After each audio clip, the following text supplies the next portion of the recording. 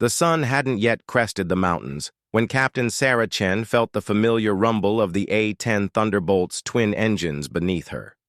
At 0530 hours, Bagram Air Base was already alive with the controlled chaos of another day in Afghanistan. But Sarah's focus was laser-sharp on the pre-flight checklist in her lap. Her hands moved with the precision of someone who had done this dance 200 times before, checking every switch, every gauge, every system that could mean the difference between coming home and becoming a crater in the Hindu Kush. Sarah pushed the throttles forward, feeling the 30,000-pound aircraft lumber toward the runway like a flying tank, which, in essence, it was. The A-10 wasn't built for elegance. It was built to take punishment and dish it out in equal measure, designed around the massive GAU-8, Avenger cannon that formed its spine. Some pilots called it the Warthog because of its ungainly appearance. Sarah called it Salvation. "Morning, Chen." The voice belonged to Major Tom Briggs, her flight leader, crackling through the comm from Warthog 20. "Sleep well?" "Like a baby, sir. You?" "About as well as anyone can with mortars going off every few hours." Briggs's laugh held no humor. "Intel's got us running close air support for Task Force Ranger today. They've got boots on the ground in the Korengal Valley expecting trouble."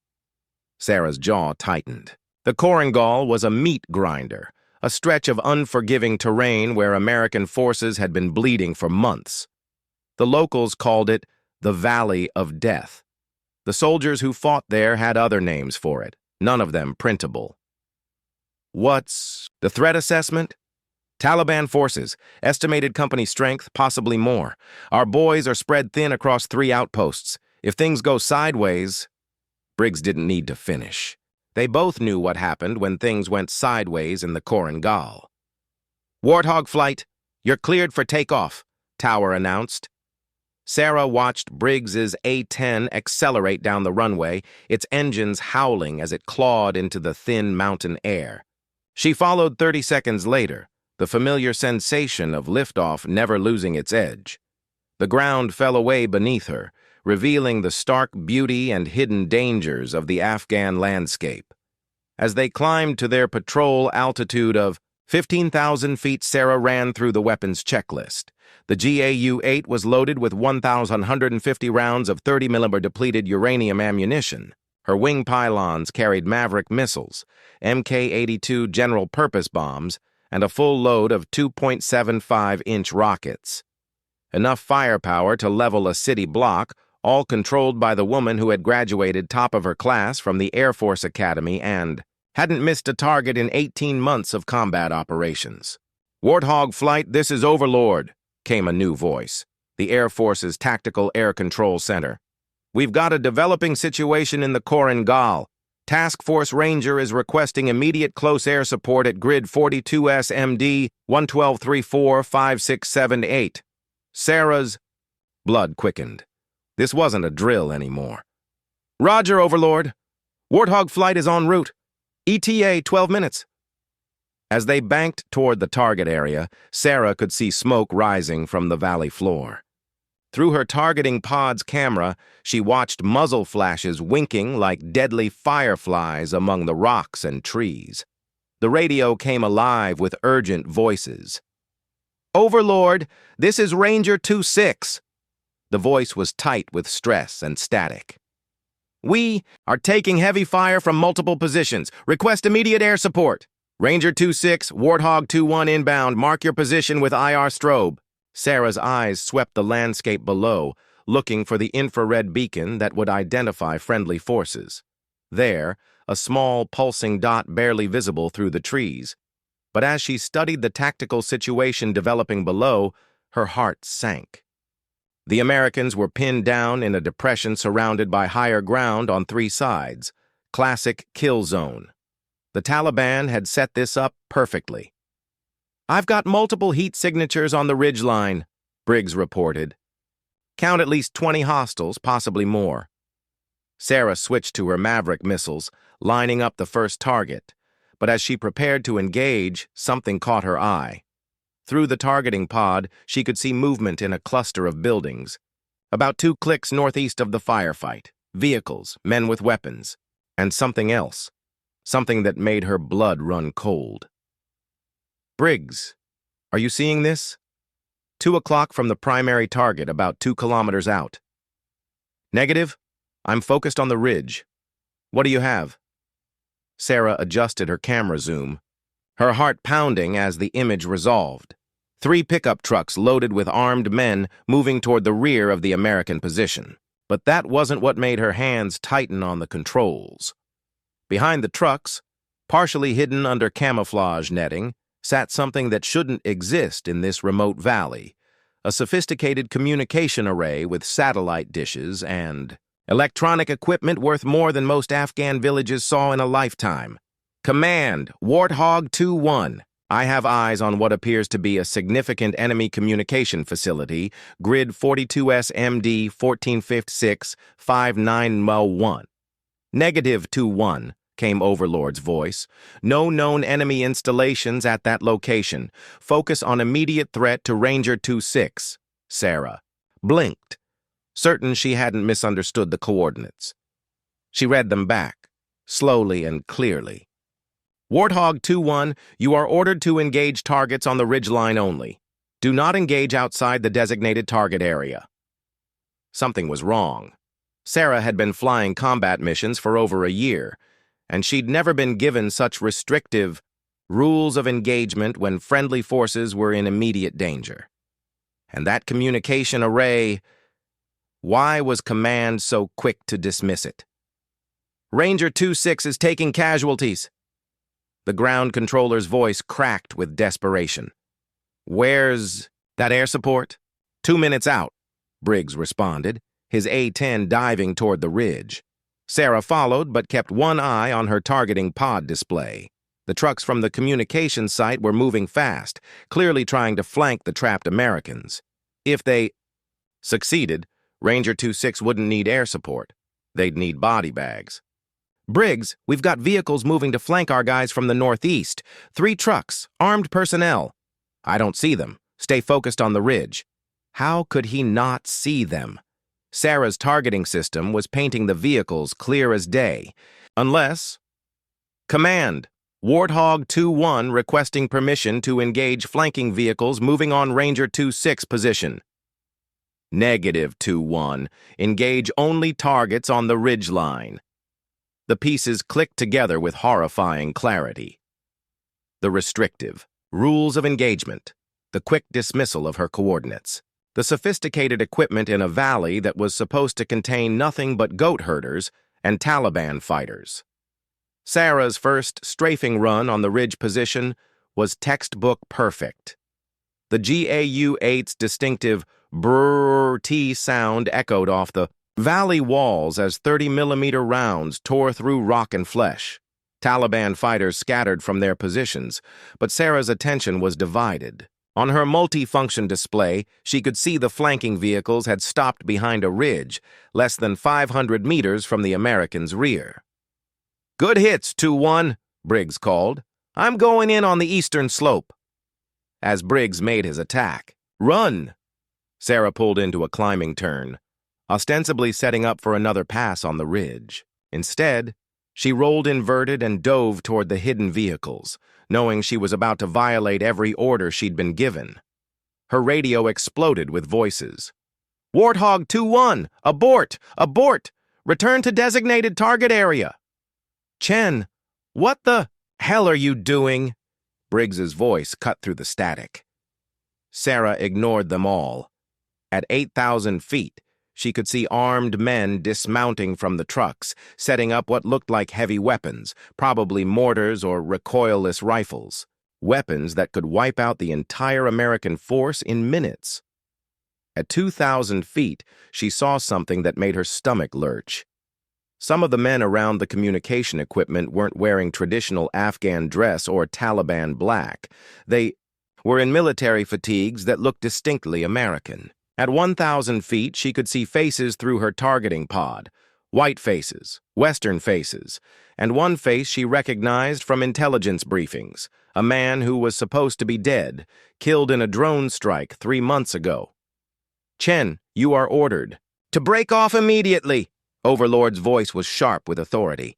Sarah's thumb hovered over the trigger. The A-10's flight manual was explicit. Minimum safe altitude for close air support was 500 feet above ground level in hostile territory. She was at 300 feet and diving. At 150 feet, she could see everything with crystal clarity. The communication. Equipment was American-made. The vehicles had U.S. military markings hastily painted over. And the men setting up the mortars to kill American soldiers were definitely not Taliban. Warthog 2-1. If you do not abort immediately, you will be court-martialed. Sarah's world compressed to this single moment. Everything she'd sworn to uphold as an officer, everything the manual said, everything command was ordering her to do. All of it screamed for her to pull up, to follow orders, to be a good soldier. But 30 American soldiers were about to die, and the people preparing to kill them were supposed to be on the same side. At 50 feet above the ground, Captain Sarah Chen squeezed the trigger. The GAU-8 Avenger cannon spoke with the voice of God, spitting out 70 rounds per second of depleted uranium death. The first burst shredded the mortar position, sending bodies flying like RR. The silence in the debriefing room was deafening. Sarah sat ramrod straight in her chair, still wearing her flight suit, the smell of jet fuel and cordite clinging to her like accusations. Across the metal table, 3 officers stared at her, with expressions ranging from barely controlled fury to what might have been fear. Colonel James Morrison, base commander, had the look of a man who'd just watched his career explode in real time. To his left sat Major Patricia Vance from the Office of Special Investigations, her fingers drumming an impatient rhythm on a thick manila folder. The third man hadn't introduced himself, but Sarah could smell federal agent from across the room, expensive suit, cheap cologne, and eyes that had seen too many classified briefings. Captain Chen, Morrison began, his voice tight with restrained anger. Do you have any idea what you've done? I engaged hostile forces that were preparing to attack American soldiers, sir. You disobeyed direct orders. You violated minimum safe altitude requirements. You engaged targets outside your designated area of operations. Morrison's voice rose with each accusation. And according to preliminary reports, you may have just killed American personnel. Sarah's blood turned to ice water, but she kept her expression neutral. Sir, I observed armed combatants preparing to engage friendly forces. I eliminated the EI threat. Major Vance leaned forward, her pale eyes studying Sarah like a specimen under a microscope. Captain, we've reviewed your gun camera footage. The man you killed, do you recognize him? This was the moment. Sarah could lie, claim she hadn't gotten a good look, buy herself time to figure out what was really happening. But lying to OSI was a career-ending move even if she could pull it off, and something told her that the truth, however dangerous, was her only weapon now. Yes, ma'am. Colonel Marcus Holloway. The unnamed federal agent spoke for the first time, his voice carrying a slight southern accent. Colonel Holloway was killed 3 months ago in a drone strike near Kandahar. His body was recovered and buried with full military honors at Arlington National Cemetery. Then either he's got a twin brother or someone's been very creative with the paperwork. Sarah met his stare without flinching. Because the man I killed was definitely Marcus Holloway, and he was definitely alive until I put 30mm rounds through him. Morrison slammed his hand on the table. Enough! Captain, you are confined to quarters pending a formal investigation. You will speak to no one about this incident. You will not contact media, family, or anyone else until... Actually, Colonel, that won't be necessary. The voice came from the doorway, where a woman in Air Force blues had appeared as if materialized from shadow. She was tall, mid-40s, with silver threading through auburn hair pulled back in a severe bun. The eagles on her shoulders marked her as a colonel, but something about the way the other officers immediately deferred to her suggested she carried weight far beyond her rank. Colonel Reynolds, Morrison said, standing quickly. I wasn't expecting— I'm sure you weren't. Reynolds closed the door behind her and activated a small electronic device that immediately filled the room with a subtle humming sound. Gentleman, lady, what we discuss here is now classified at the highest levels. Captain Chen, you've stumbled into something that officially doesn't exist. Sarah felt the world tilt beneath her feet. Ma'am? Reynolds took a seat at the head of the table, her movements precise and controlled.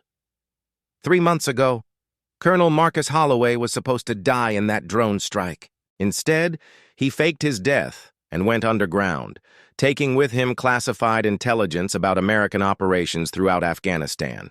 We've been hunting him ever since. Then why— Sarah began. Why did Command order you not to engage? Reynolds finished. Because we needed him alive. Holloway was working with a network of compromised American personnel, selling intelligence to the highest bidder. His death just cost us our best lead to rooting out the rest of his organization. The federal agent leaned back in his chair. Captain, you've just killed a traitor, but in doing so, you may have allowed the real masterminds to escape. Sarah's mind raced, connecting pieces that painted an increasingly dark picture. The communication equipment. It wasn't Taliban gear. No, Reynolds said grimly. It was a mobile intelligence hub, probably worth more than this entire base. Holloway was using it to coordinate with his handlers and pass along targeting information for American forces. Jesus Christ! Sarah felt sick. How many soldiers died because of him? More than we like to think about. Less than would have. Died if he'd succeeded in his mission today. Reynolds opened her briefcase and pulled out a tablet, sliding it across the table to Sarah.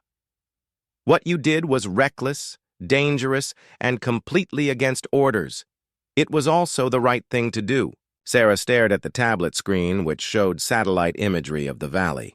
Bodies were scattered around the destroyed vehicles and communication equipment, but what caught her attention was a figure lying apart from the others, photographed from directly above.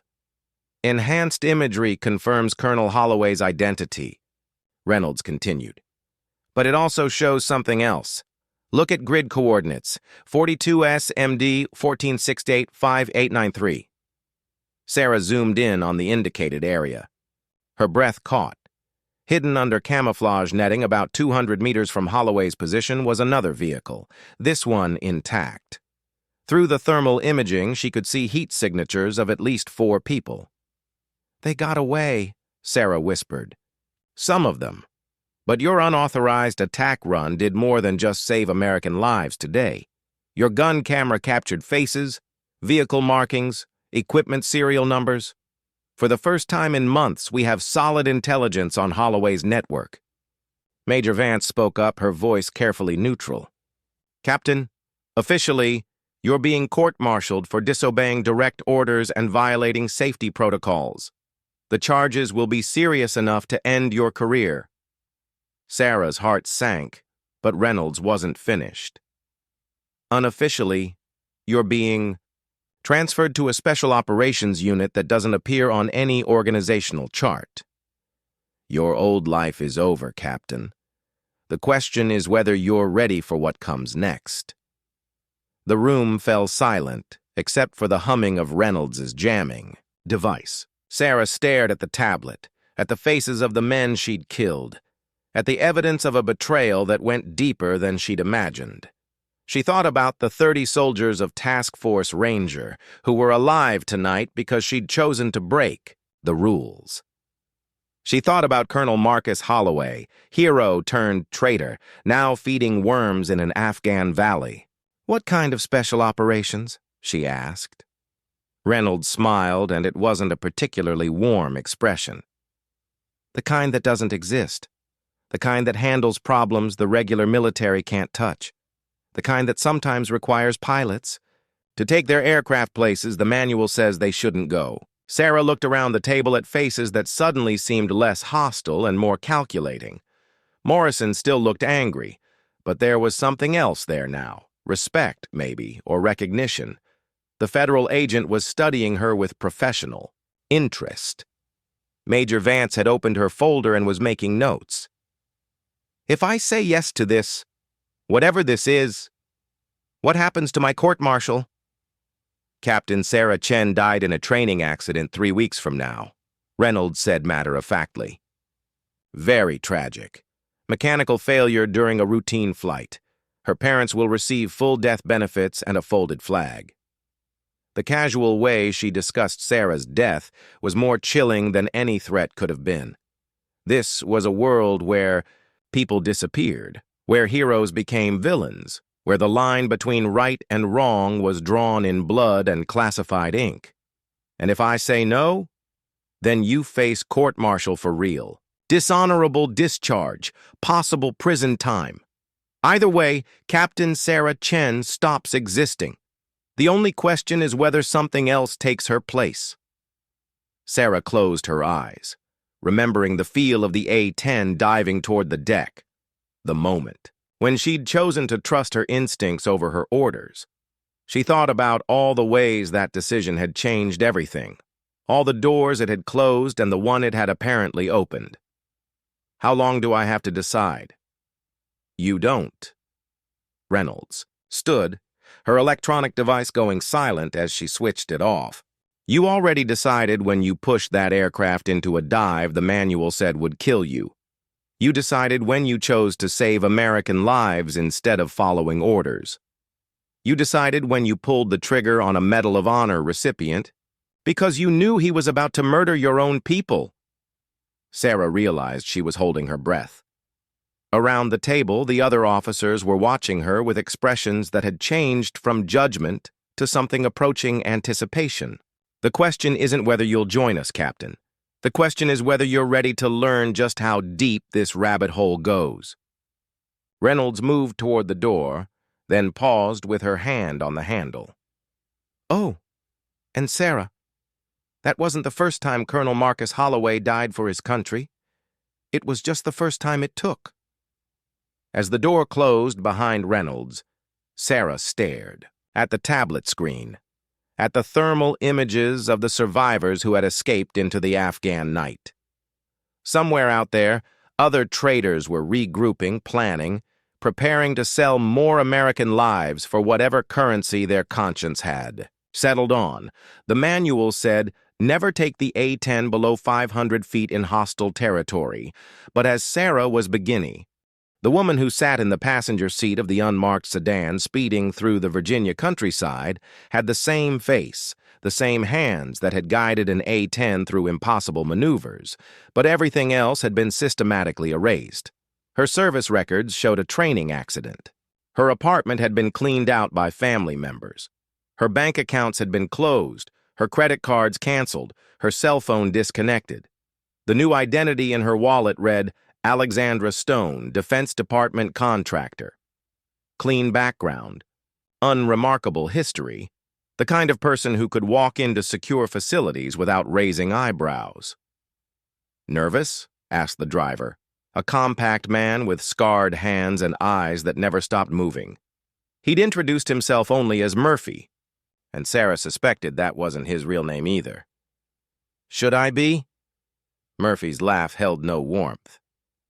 Lady, you're about to meet the people who decide which wars get fought and which ones get buried. Yeah, you should be nervous. The sedan turned through an unmarked gate in a fence that looked ordinary, but probably carried enough voltage to stop a charging rhino. Beyond it, a nondescript office building squatted among Virginia pine trees like a bureaucratic toad. No signs, no identifying markers, nothing to suggest this wasn't just another government office complex where middle managers shuffled paper and counted days until retirement. Welcome to the Puzzle Palace, Murphy said as they pulled up to the building. Try not to touch anything that glows. Inside, the facility was a maze of sterile corridors and featureless doors. Sarah's escort was a severe woman in a gray suit who checked identification at 3 separate checkpoints before leading her to an elevator that descended much farther than the building's modest height should have allowed. Ms. Stone, the woman said as they walked down another corridor deep underground, you're about to be briefed on Operation Looking Glass. What you learn here will fundamentally change how you see the world. Some people find that difficult to process. I've already learned that Medal of Honor recipients can turn traitor, and command can order you to let American soldiers die. My worldview's already pretty flexible. The woman stopped at a heavy door marked only with the number 7. That was just the appetizer. The briefing room looked like something from a science fiction movie. 3 walls were covered with massive displays showing satellite feeds, intelligence summaries, and what appeared to be real-time tracking data from around the globe. The 4th wall was transparent aluminum, offering a view into what looked like a situation room where dozens of analysts worked at computer stations. Colonel Reynolds sat at the head of a conference table that seemed to float in mid-air, its surface a continuous display screen currently showing a map of the Middle East dotted with pulsing red indicators. "Alex," Reynolds said, using Sarah's new identity without missing a beat. "Thank you for joining us. I'd like you to meet some colleagues." The introductions were deliberately vague. Dr. Elizabeth Hart, Intelligence Analysis. James Kovach, Special Operations Liaison.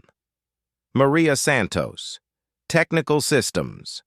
Sarah got the impression that whatever these people actually did, their job titles were as fictional as her new name. "Let's start with what you know," Reynolds said, touching the table surface. The display shifted to show the valley where Sarah had killed Marcus Holloway. "You eliminated a traitor who was selling American intelligence to our enemies. Simple story, clean ending, except..." The display zoomed in on the area where the surviving vehicles had escaped. Thermal imaging showed the heat signatures of 4 individuals, but now additional data overlaid the picture. Facial recognition algorithms, gait analysis, electronic signatures from their equipment. "We've identified 3 of the 4 survivors," Dr. Hart said, her fingers dancing across her own control surface. 3 photographs appeared on the wall display. Lieutenant Colonel David Reese, supposedly killed in a helicopter crash in Iraq 2 years ago. Major Angela Torres officially died of cancer 18 months ago while on leave, and Sergeant First Class Kevin O'Brien listed as killed in action during a raid in Yemen 8 months ago.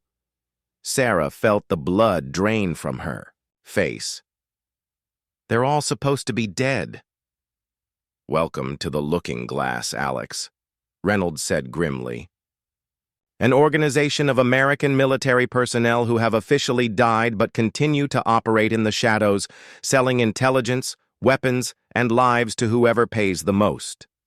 Maria Santos pulled up another display showing financial records, bank transfers, cryptocurrency transactions. In the past 2 years, Looking Glass has been responsible for intelligence leaks that resulted in the deaths of at least 200 American service members and their allies.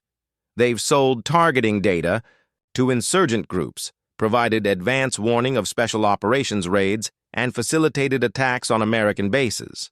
"But why?" Sarah asked, though she suspected the answer wouldn't be comforting.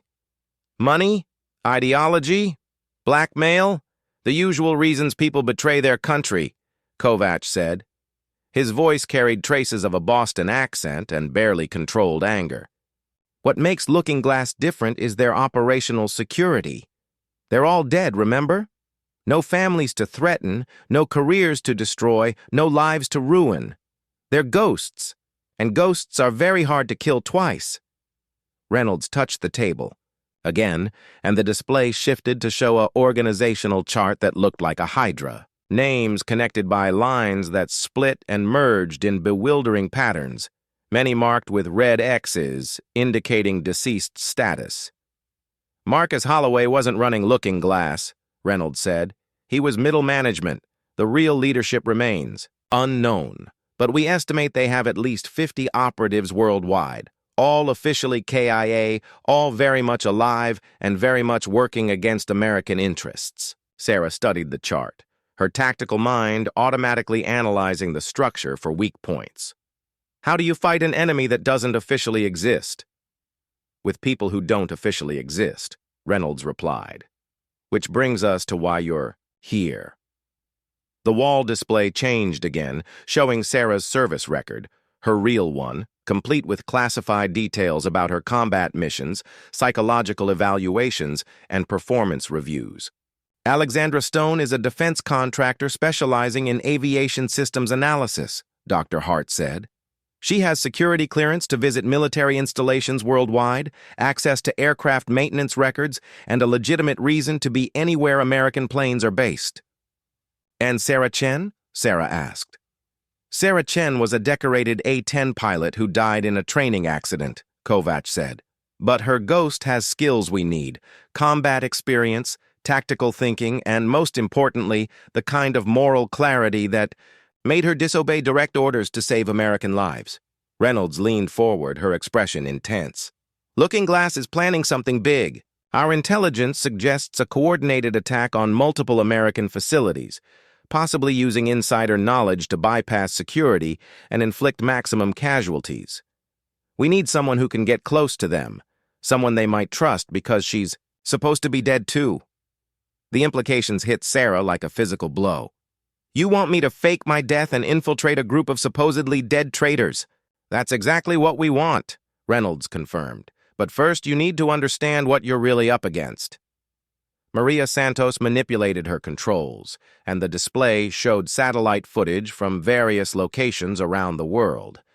American bases, embassies, intelligence facilities, all seemingly normal, but each marked with data that made Sarah's blood run cold. Looking Glass has been conducting surveillance of these facilities for months, Santos explained. They know guard rotations, security protocols, response times. They've identified weak points in defenses that took our security experts years to develop. How is that possible? Because they helped design those defenses, Kovac said bitterly. These aren't foreign agents who infiltrated our military. These are our people, trained by us, trusted with our secrets, who decided to use that knowledge against us. Dr. Hart pulled up personnel files, faces Sarah recognized from news reports and military ceremonies. Heroes, all of them. Medal recipients, distinguished service awards, commendations for valor. Looking Glass specifically recruits from the best and brightest, Hart explained. They want people with access, training, and credibility. People whose deaths would be believable and whose expertise would be valuable. People like me, Sarah said quietly. People exactly like you, Reynolds confirmed. Which is why this might work. You have the background they want, the skills they need, and most importantly, you're already dead. Sarah stared at the displays showing the scope of Looking Glass operations. Financial networks spanning dozens of countries, safe houses on 4 continents, weapons caches that could supply, small armies. This wasn't just a rogue military unit. It was a shadow organization that had turned America's own strengths against itself. What makes you think they'll trust me? Because we're going to give them a reason to, Reynolds said, her smile sharp as a blade. In 3 days, Alexandra Stone is going to uncover classified information about a joint CIA military intelligence operation targeting Looking Glass assets. Information that will make her very valuable to them and very dangerous to us. And if they don't buy it, then Alexandra Stone joins Sarah Chen in the afterlife, and we find another ghost to send into the machine. The Casual Way Ray. The Looking Glass facility in Montenegro looked like a luxury ski resort from the outside, all glass and timber nestled into the mountainside with breathtaking views of the Adriatic. Inside, it was a high-tech fortress, disguised as a corporate retreat center, complete with conference rooms, recreational facilities, and enough hidden surveillance equipment to monitor a small city. Sarah had been there for 6 days, and she was still discovering new levels of paranoia built into the place. Biometric scanners disguised as door handles, cameras hidden in smoke detectors, motion sensors that tracked every footstep and probably analyzed gait patterns for behavioral anomalies. It was the kind of facility that made perfect sense for an organization of people who were supposed to be dead. Total security, complete isolation, and enough legitimate cover to explain away any curious visitors as executives on a corporate retreat. Alexandra, you're adapting well.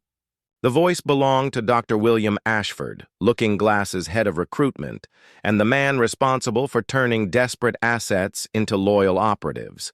He was 60-something, silver-haired, with the kind of grandfatherly demeanor that probably helped him sleep at night, despite orchestrating the deaths of American service members for profit.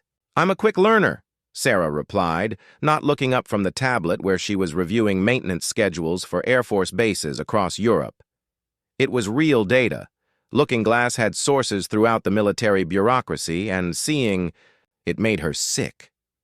Every detail could be used to time attacks, identify vulnerabilities, maximize casualties.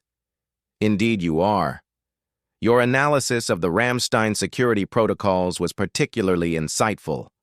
Our clients will be very pleased. Clients.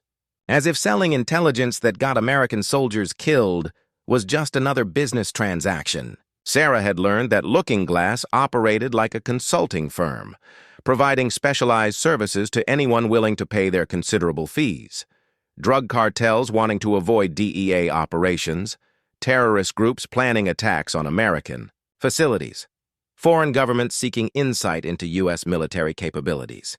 They were equal opportunity traders. "Speaking of clients," Ashford continued, settling into the chair across from her, "we have a special project that requires your expertise, something that could prove quite lucrative for all involved." Sarah minimized the maintenance schedules and gave him her full attention. "I'm listening. Operation Desert Storm, a coordinated strike on 3 American air bases in the Middle East, timed to coincide with a major joint training exercise. Maximum aircraft on the ground, minimal security protocols, optimal casualty potential." The casual way he discussed murdering her former colleagues made Sarah's hands clench into fists beneath the table. She forced her expression to remain neutral, even interested. "Sounds ambitious. What's my role?" "You'll provide real-time intelligence updates during the operation. Aircraft positions, security rotations, response protocols. Our clients want to ensure maximum effectiveness." Ashford slid a folder across the table. "The target bases are Incirlik in Turkey, Al Dhafra in the UAE, and Prince Sultan in Saudi Arabia.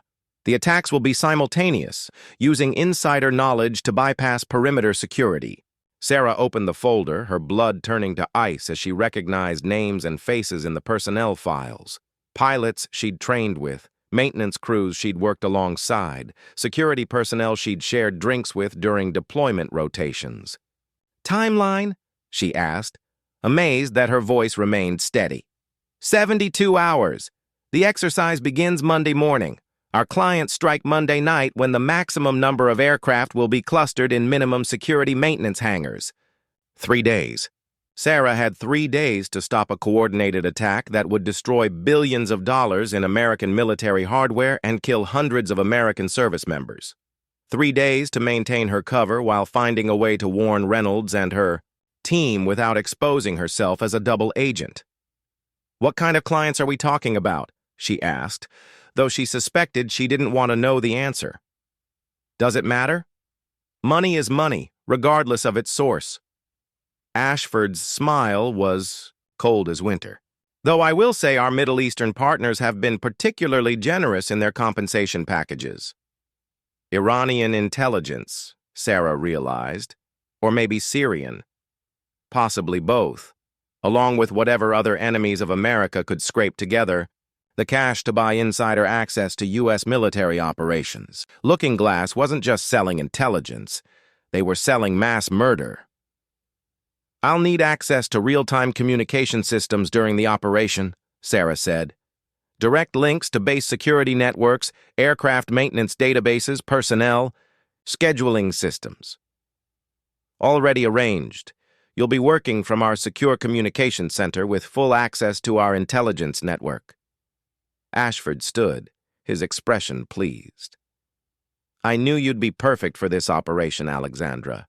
Your technical expertise combined with your moral flexibility makes you an ideal asset. As he walked away, Sarah stared at the folder in her hands. Photos of air bases where hundreds of Americans worked and slept, unaware that their own people were planning to murder them for profit. Detailed schematics showing where explosives could be placed for maximum effect. Personnel schedules indicating when the highest-ranking officers would be present. It was a blueprint for genocide, wrapped in the language of business efficiency. That evening, Sarah made her way to the facility's recreation center, a sprawling complex with an indoor pool, gym, and meditation garden that offered the only place, on the grounds where surveillance was allegedly limited. She found a quiet corner of the garden, surrounded by expensive landscaping and the soft sound of artificial waterfalls designed to mask conversations. Her encrypted phone felt like a lead weight in her pocket. One call would bring in Reynolds and her team, would stop Operation Desert Storm before it could begin. But it would also blow her cover, end her mission, and eliminate any chance of destroying Looking Glass from within. Worse, it would alert Holloway and the other leaders that they had a spy in their organization. They'd disappear back into their shadow world, only to resurface months or years later with an even more devastating plan. Having second thoughts? Sarah spun around to find Major Angela Torres watching her from beside a carefully manicured hedge. The woman moved like a ghost, and Sarah wondered how long she'd been under observation. About what? About whether you're really cut out for this life. Torres stepped closer, her expression unreadable in the garden's soft lighting. Some people think they want to disappear from their old lives, but when it comes time to actually do the work... I'm not having second thoughts, Sarah said, forcing conviction into her voice. I'm having practical concerns. Operation Desert Storm is huge. If something goes wrong, if we're exposed, we lose everything. We? Torres smiled, but it didn't reach her eyes. You've been here less than a week and you're already talking like family. That's either very encouraging or very suspicious. Sarah felt the weight of Torres's scrutiny like a physical pressure. This was another test, she realized. Looking Glass didn't survive by trusting people quickly, and Torres was clearly someone who specialized in sniffing out threats to the organization. I'm talking like someone who finally found a place where my skills are appreciated and my future is secure, Sarah replied. My old life is gone. The CIA thinks I'm a security risk. My career is over and the only people willing to help me happen to be legally dead military contractors. Family is whoever keeps you alive. Torres studied her for a long moment, then nodded slowly. Good answer. But understand, Alexandra. Family takes care of each other, but family also deals with betrayal harshly, very harshly. I wouldn't expect anything less. Excellent. Then you won't mind a little additional verification of your commitment. Torres produced a tablet from her jacket, its screen showing what appeared to be a video conference interface. Our leadership wants to speak with you personally before Monday's operation. The screen flickered to life, revealing not one face, but four. Sarah recognized Marcus Holloway, looking even more scarred than during their last conversation. The P. Others were new, 2 men and a woman, all carrying the hardened look of combat veterans who'd crossed lines they could never uncross. Ms. Stone, Holloway said, his voice carrying clearly through the tablet's speakers. I understand you're eager to prove your worth to our organization. I'm eager to put my skills to profitable use, Sarah replied, and to make sure the people who branded me a security risk pay for their mistake. Excellent. Then you won't object to a small demonstration of your commitment.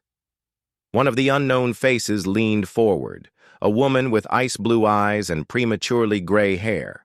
We have a test for you. Consider it a final interview. Sarah's blood chilled. What kind of test? The kind that proves you're truly one of us, Holloway said. Tomorrow morning, you'll receive coordinates for a location in Rome. You'll find a package there, surveillance equipment that one of our assets placed before his unfortunate capture by Italian authorities. You want me to recover surveillance equipment? I want you to eliminate a problem, the gray-haired woman said. The asset who placed that equipment is currently in Italian custody, awaiting transfer to American authorities. He knows too much about our operations, and his con. The Dubai Marina at midnight was a cathedral of glass and steel, its towers piercing the desert sky like crystalline spears. Alexandra Stone sat at a corner table in the Sky Bar on the 40th floor, nursing a whiskey she couldn't taste while watching. The reflection of her contact approach in the floor-to-ceiling windows. 3 days of careful preparation had led to this moment. 3 days of Alexandra Stone discovering classified files on her laptop, panicking appropriately, and making increasingly desperate attempts to contact anyone who might help her disappear before the CIA found out what she'd accidentally accessed. The woman who slid into the seat across from her looked nothing like the military personnel file photos Sarah had memorized. Major Angela Torres had traded her combat fatigues for designer clothes and blonde hair, but her eyes still carried the predatory alertness of a combat veteran who'd learned to trust no one. "Ms. Stone," Torres said, her voice carrying only the faintest trace of a Puerto Rican accent. "You look nervous. Wouldn't you be?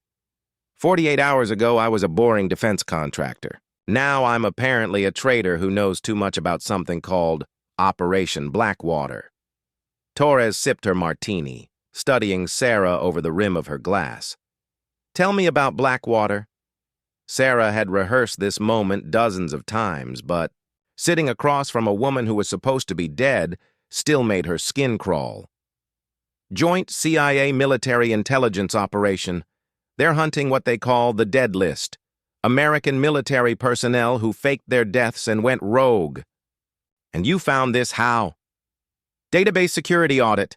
I was checking access logs for drone maintenance systems when I stumbled across a folder that shouldn't have existed." Sarah pulled out a tablet, her hands trembling slightly. A nice touch. She'd practiced in the mirror. Files, photos, surveillance reports. They know about Marcus Holloway, about David Reese. They know about you. Torres went very still, but her expression didn't change. "Show me." Sarah slid the tablet across the table. The files were real. Reynolds' people had made sure of that, but carefully edited to serve their purposes. Real intelligence mixed, with enough fabrication to make Looking-Glass believe they were more exposed than they actually were. "Jesus Christ," Torres breathed, scrolling through surveillance photos that showed her entering a bank in Geneva 2 weeks earlier. "How did they get this?" "I don't know, but it gets worse." Sarah leaned forward, letting desperation color her voice. "They have a kill list, 12 names, all supposed to be dead. They're planning something called Final Cut in 6 days. Torres looked up sharply. "Final Cut? Simultaneous operations to eliminate all known Looking-Glass operatives. They have locations, safe houses, even some kind of asset inside your organization feeding them intelligence." It was a beautiful lie, crafted to create maximum paranoia. Looking-Glass thrived on secrecy and compartmentalization. The suggestion that they'd been penetrated would force them to surface, to consolidate, to make the kind of mistakes that careful ghosts usually avoided. "Why should I believe you?" Torres asked. But Sarah could see the fear beneath her controlled exterior. "Because in about 6 hours, the CIA is going to raid an apartment in Prague where they think they'll find Kevin O'Brien." Sarah had memorized the details Reynolds had provided. "3rd floor, number 23. Building with the red awning on Nerudova Street. They'll be disappointed to find it empty, but the very fact that they know about it should tell you how compromised." "You really are." Torres was already reaching for her phone, but she caught herself. "You could be working for them." "If I was working for them, would I be sitting here trying to sell you classified intelligence? Would I be asking for your help to disappear before they figure out what I've seen?" Sarah let her voice crack slightly. "Look, I stumbled into something I don't understand, but I know enough to realize that if the CIA thinks I'm a security risk, I'm already dead. I need to disappear, and you people are apparently experts at that. For 30 seconds that felt like hours. Torres studied Sarah's face with the intensity of someone whose life depended on reading people correctly. Finally, she picked up her phone and typed a quick message. "We'll know about Prague in a few hours," she said. "If you're telling the truth, maybe we can help each other. If you're lying—" She didn't finish the threat, but her smile was sharp, enough to cut glass. "I'm not lying about this," Sarah said, which was technically true. The Prague apartment was real, and the CIA would indeed raid it in 6 hours. They just wouldn't find O'Brien because Reynolds's people had already confirmed he was currently in Morocco. Torres finished her martini and stood. "There's a coffee shop called Midnight Beans in the Marina Walk. Be there at 800 tomorrow. Order a large cappuccino and wait. If Prague checks out, someone will approach you. If it doesn't, I'll already be running," Sarah said. "Running won't help, but you're welcome to try." As Torres walked away, Sarah caught her reflection in the window glass. For a moment, she looked like a stranger. Hair dyed darker, contact, lenses changing her eye color, subtle prosthetics altering the shape of her nose. Alexandra Stone was a carefully constructed fiction, but sitting in this glass tower above a foreign city, surrounded by enemies who didn't know they were enemies, she felt more real than Sarah Chen ever had. Her encrypted phone buzzed with a text message, "Package delivered, unwrapping proceeding on schedule." The raid on the Prague apartment had gone exactly as planned. O'Brien wasn't there, but the very fact that the CIA had found the location would confirm everything Sarah had told Torres. Looking Glass would have no choice but to believe that their security had been compromised, that they were being hunted, that they needed to consolidate their forces for protection. Sarah finished her whiskey and headed for the elevator, mentally, reviewing her cover story one more time. Alexandria Stone was scared, desperate, and valuable, exactly the kind of asset Looking Glass specialized in recruiting.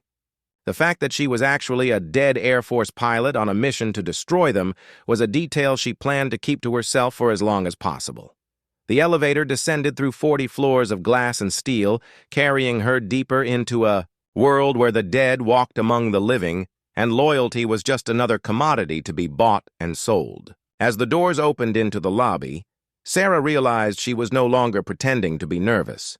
She was walking into the heart of an organization that had turned America's finest warriors into its deadliest enemies, armed with nothing but lies, false identification, and the fading memory of what it felt like to fly an A-10 through hostile airspace at 50 feet above the ground. The manual said, "Never take the aircraft below minimum safe altitude," but Sarah was beginning to understand that safety was a luxury. She'd given up the moment she chose to save American lives over following orders. The next morning found her sitting in Midnight Beans at exactly 0800, nursing a cappuccino that tasted like burnt cardboard and watching the crowd for anyone who looked like they belonged to an organization of legally dead military contractors. At 08:15, a man in his 50s approached her table. Graying hair, weathered face, the kind of careful posture that spoke of military training trying to hide behind civilian clothes. He slid into the seat across from her without invitation. "Ms. Stone, I believe we have mutual friends. That depends on who's asking. Someone who's very interested in your situation."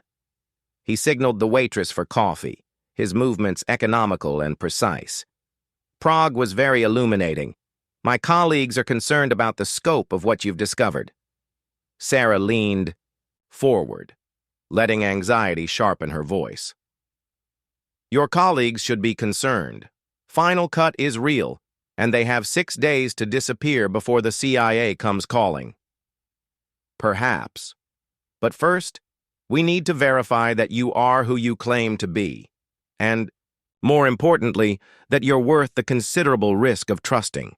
From his jacket pocket, he produced a tablet showing what appeared to be a video call interface. The screen flickered to life, revealing a face that made Sarah's blood freeze in her veins.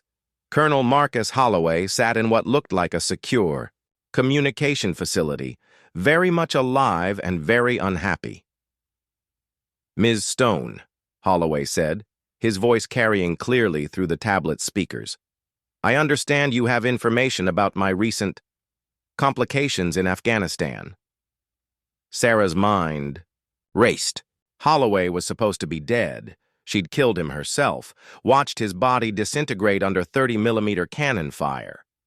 But the man on the screen was definitely him, bearing a fresh scar across his left cheek and murder in his eyes. I thought you were dead," she managed. "Reports of my death have been greatly exaggerated, though I do owe someone a very painful conversation about proper operational security." His smile was cold as winter. "Tell me, Ms. Stone, what do you know about the pilot who attacked my position?" This was the test, Sarah realized. They suspected something about the Afghanistan operation, and they were using her reaction to gauge whether she could be trusted. The wrong answer would blow her cover and probably get her killed. The right answer might just save her life long, enough to complete her mission. "Captain Sarah Chen," she said, letting her voice carry the proper mixture of respect and regret. "Killed in a training accident 6 weeks ago. Word is she went off the reservation in Afghanistan, violated direct